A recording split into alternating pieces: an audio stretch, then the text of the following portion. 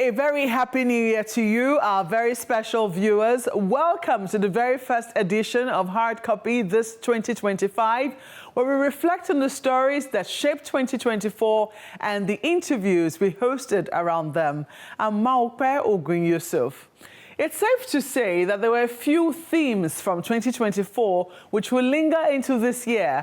They include local government financial autonomy, tax reforms, and good governance.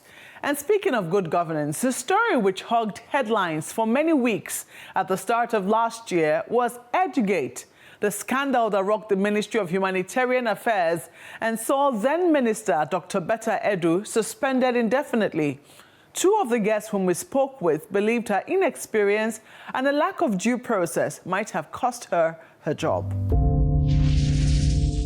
Youthful ministers should realize that some of these public servants, directors and permanent secretaries, are in the 35th year of service, being almost close to their own age. And therefore, it would be very, very instructive for them to listen to them rather than to exhibit traits that will make them show as if they know all. Because what public servants will then do is that in some cases, they just watch, and then you can easily get into the problem, like what has happened. The challenge is that understanding the federal bureaucracy and forcing the ministers to behave correctly is the job of the president and the vice and their key advisors. Unfortunately, the SGF2 is a former governor, legislator. He had some civil service background. The reason why I say this is that, if Edu knows that when she minutes something to the president is going to send it down to the bureaucracy to comment, she will have known that there was no way to approve a memo asking you for approval without the permanent secretary's comment. She shouldn't have written approved. She should have said, PS, treat. Then the permanent secretary will do all the work, check audit, check budget line, and then present it back to the minister and said, Minister is hereby invited to approve A, B, C, D. This way, she will have exonerated herself from any issues that had come out of it. So it was careful inexperience and also a climate that is allowing people to act before they think. Because I see a lot of them making pronouncements without any reference to the professionals in their ministries. No sooner had conversations around that scandal begun to die down than another controversy began to brew. This time, it was with ECOWAS's handling of the coups in Niger, Burkina Faso, and Mali. The Commission, and by extension, President Bola Tinubu, who is currently the chairman of the Commission for a 2-year period, had come under fire for their initial tough stance on the coups in those countries, which saw them imposing very stiff sanctions. However, in 2024, those sanctions were lifted, raising further questions about consequences for bad behavior.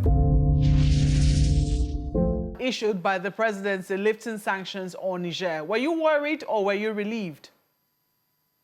I would say a mixed feeling, mixed in the sense that the human casualties involved or the human suffering that the sanctions had produced across both countries and across the ECOWAS sub-region were huge.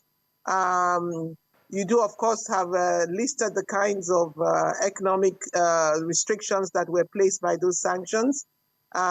Its implications, although were directed at the government in Niger, for example, it was largely actually felt by the citizens of both countries in terms of the way they carried out their daily existence. So to that extent, I would say it dealt a bit with the inhumanity of some of those sanctions. It dealt with the fact that we are dealing with human beings at the end of the day, and therefore we could also feel a sense of relief that those human beings were being given some consideration. But on the other hand, there was a bitter taste it left. This question of it was okay for people to get up and undermine their constitution, plot a coup, bring down the existing democratic government and seize power and yet be rewarded, and extensively rewarded, because from the statement you have just read, the sanctions were lifted in its entirety, including the ones that had to do with the people, the coupists themselves. So you begin to wonder whether bad behavior was being rewarded or not. While Nigeria was dealing with its regional challenges, the Attorney General of the Federation, Mr. Lateef Fagbemi, SAN, decided to take on a challenge which seemed to have proved intractable before now: financial autonomy for local government authorities. He approached the Supreme Court of the land seeking interpretation for Section 162 of the Constitution. The Supreme Court granted the AGF's prayers, and analysts welcomed the judgment, but said the reforms had to go deeper for real impact. The governors are seen as enemies. They are not our enemies, because there are a lot of governors who believe that local governments should have full autonomy, but under a certain kind of framework that ensures that between the local, state, and federal government, there's ease of governance. So that must be put in place. For us, it helps a larger population of local governments that do not have access to their funds. It helps them. So, and then it also helps to make them accountable to the people.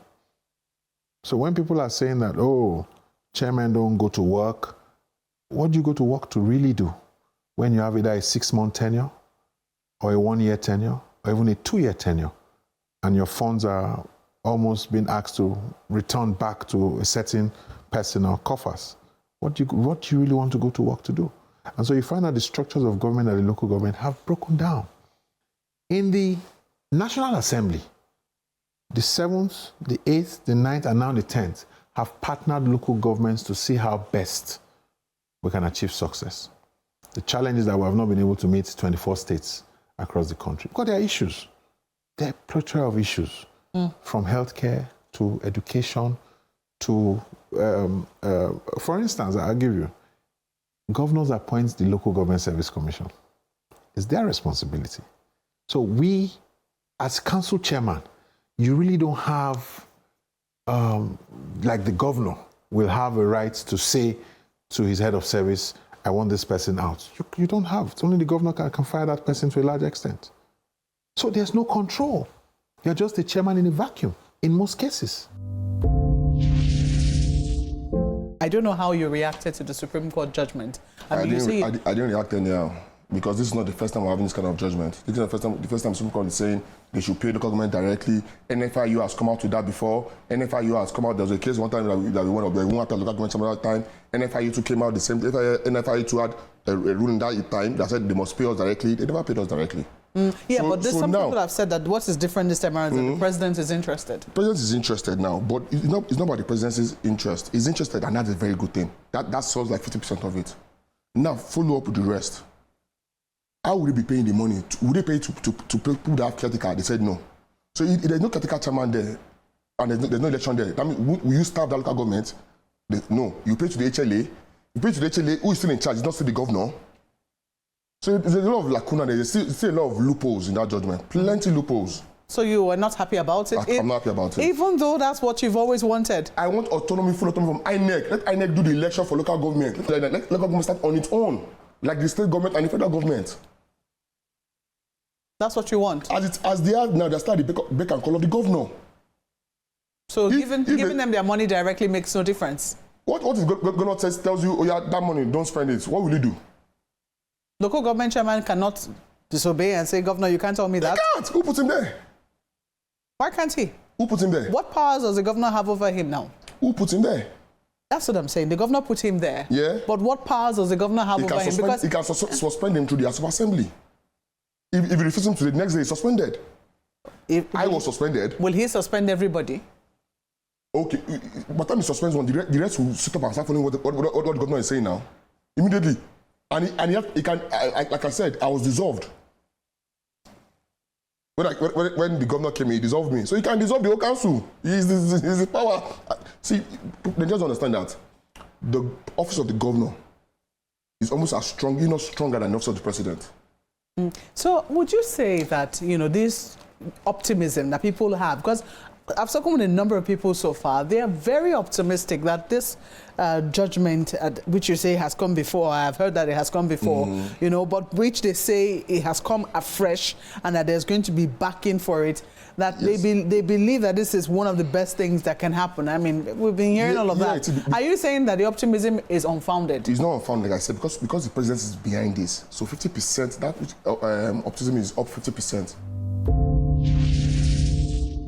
While local government autonomy was a good one, there was trouble lurking around the corner with a planned protest tagged the August protest or End Bad Governance protest.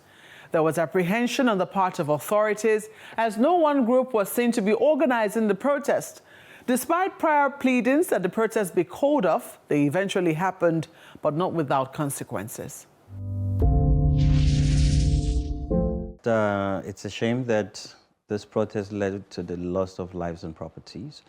But I also think that government was a bit insensitive and government was not prepared to handle the protest. And what did I mean? And you know, Kayla, a few days before the protest, I went on national TV and I said, can we shelve this protest? And since the government has already called for dialogue, maybe, you know, the people who are conveners of this protest can sit and dialogue where civil society can even observe. And because, you know, most time you know how it starts, but you don't know how it will end or where it will head to. And that was my fear. And interestingly, I was stuck in the Northeast, you know, where I was grounded, flights were grounded. I could not travel back by road for 5 days. I was just stuck in my bedroom, you know, and my colleagues even had, some of them had dealt with anxiety and even depression because of our outreaches in the Northeast. But you see, Kayla, government must not always be politically correct. People have genuine concerns and reasons to want to hit the streets and protest. Even before the day of the convergence, protests had already started. Civil disobedience have started. But that day was when they came out and converged. The law enforcement agents, particularly the police, did not handle it well. You know, and now government is saying, oh, there's terrorism financing, there's some undertone of government collapse, or some people who want the government to collapse. I'm not privy to the data or the intelligence of the security agents, but they need to be careful. You know, they need to be careful on how they communicate some of these findings and how they target some of these people. Because again, Nigerian people would think, oh, the perception is about there's a political undertone. There's picketing and targeting. So government needs to really, really be careful because, again, the people who led this protest gave a date. My fear and worry is the next protest, people will not give a date. Security continues to be a growing concern for Nigerians, and we caught up with the Director of Defense Media Operations, Major General Edward Buba, who advocated that more Nigerians need to be lifted out of poverty for the sustenance of gains around security. Winning a war, and this kind of war in particular, the world over, is destroying the enemy's will to fight. When you destroy the enemy's will to fight, you've won the war. Now, how do you destroy the enemy's will to fight? There is the kinetic aspect which is done by the military. And then there is the non-kinetic aspect, which is 70% of what is required. We had a protest recently. We saw what happened in different parts of the country. Now, from what we saw, you could tell that the recruitment base, if there was a push for it, you know, I would just say this. Terrorism finds a home in a place where people are desperate and poverty-stricken. I think that says it all. So we keep on taking out the terrorists day in, day out. Day in, day out. If I do the summation for this year, it's well over 5,000. Do you understand? But we're still getting people killed even now as we speak. You know. But is that enough? It's not enough. We must make sure that that situation, the conditions that allow them easily go into this terrorism is changed. We must change the conditions. Welcome back. You're watching Hard Copy, coming to you from our studios in Abuja. Tonight, we're bringing you highlights of some of the news themes in 2024 and the conversations we hosted around them. While security is paramount, safety is now also showing up as a place where a lot of attention needs to be paid, especially after 209 people lost their lives in one night after a tanker carrying petrol lost control and spilled its content into Majia community in Jigawa State. The newly appointed FRSC Corps Marshal shared with us some of the challenges his road safety corps was facing. But I'm a little curious as to what happens at night. FRSC officials, do they work at night? Certainly we don't. We don't because the visibility at night, the traffic flow at night are lower than during the daytime. And as we said earlier, we are not armed for now. Sometimes in some places the insecurity. You cannot, because the safety means that you make yourself safe before you support another.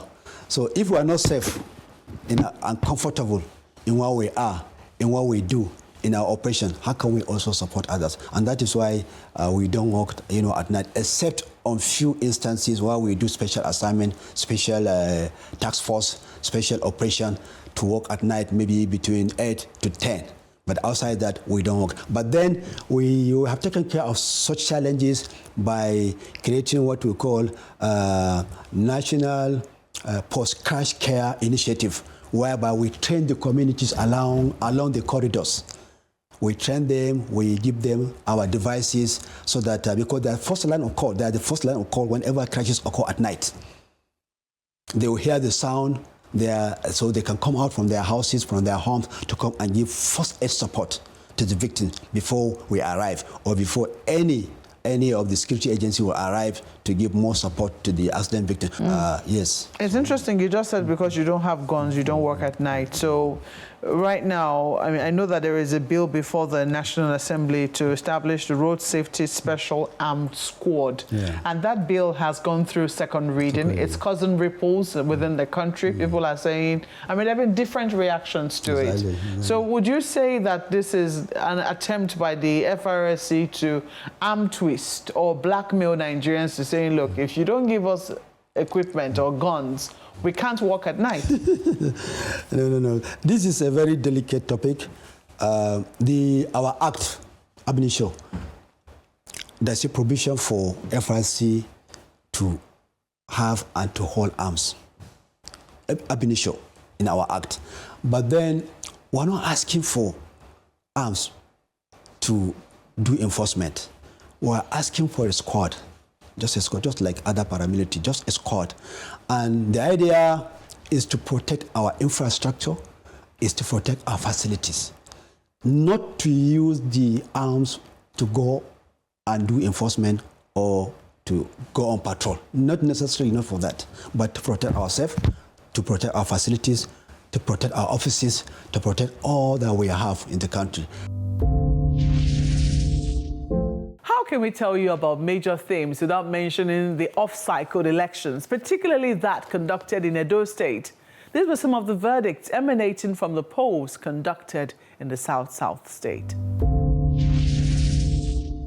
What I saw in Edo, like you said, is terrible.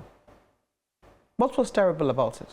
Because it did not reflect what the people wanted. I was in charge of the Situation Room. This is a technology-driven process, which INEC made us to believe. And they were supposed to be posting this result to the RF, and which anybody all over the world is open to see and download. As at 9 p.m., 98% of the result was on RF. 98%? 98%. And PDP were leading. As at 11 o'clock, they have already collected and announced results in 12 local governments. By 1 o'clock, the REC asks that the 3 local governments within the metropolitan should stop collection and bring it for him to the headquarters. Is that his job? Is that his responsibility? Has he been empowered by any of our law to do that duty? So the process was truncated? Completely. And we decided to tell the world that, okay, INEC, suspecting what you have started doing from 1 p.m. last night, you are likely to do the wrong thing. We are suspecting you. We are seeing that you will go the route of Adama, and coming with that experience, I try to put a stop to it so that I can draw a line by reiterating what they have already said. I did not do anything new. What they have already said? At the local government. Or what was on the... No, what was on the RF and what they have collected and announced at those local government is there in my text. You decided to amplify it? Yes, that's all. Then we've gone to the election, and there were 3 tests that, we sort of underpinned this election. It's the first off-cycle election in 2024. And so we were looking at the resilience test. And the resilience test was that, yes, you had rainfall, adverse weather condition. You had issues relating to the early warning signs of violence, because that election, there were lots of concerns. There was pre-election violence because we deployed long-term observers before September. We deployed long-term observers 4 months earlier, and they were all in the local government monitoring campaigns, and we saw how campaigns were fraught with all forms of attacks. The third critical test was the integrity test. And for us, there were 5 questions. The first was whether materials were going to be deployed in a timely manner, so elections can start. There were logistical issues because based on YAGA Africa's methodology, we sampled polling units, and based on the sample, accreditation and voting started at 8:30 in 17% of polling units. It moved to 64% by 9:30 a.m. and by 10 and 10:30 a.m. in virtually 90% of polling units, accreditation are commenced. The process of accreditation, voting, recording of results complied with the procedure laid down. So in terms of the process for this election, compared to the previous election, there was actually an improvement. The fundamental challenge came with the collation process, which was the weakest link. And that's why we have said in our report that, it fails to meet the integrity test because of the way the collation process was managed, and there were alterations, on the results. And that's our duty, as observers, to see, observe, and then report. In fact, in Ikpo, to be very specific, our collation center observer, reported cases where they were tear-gassed, and then they were asked to leave the collation centers, and that the collation was going to happen in the INEC state office.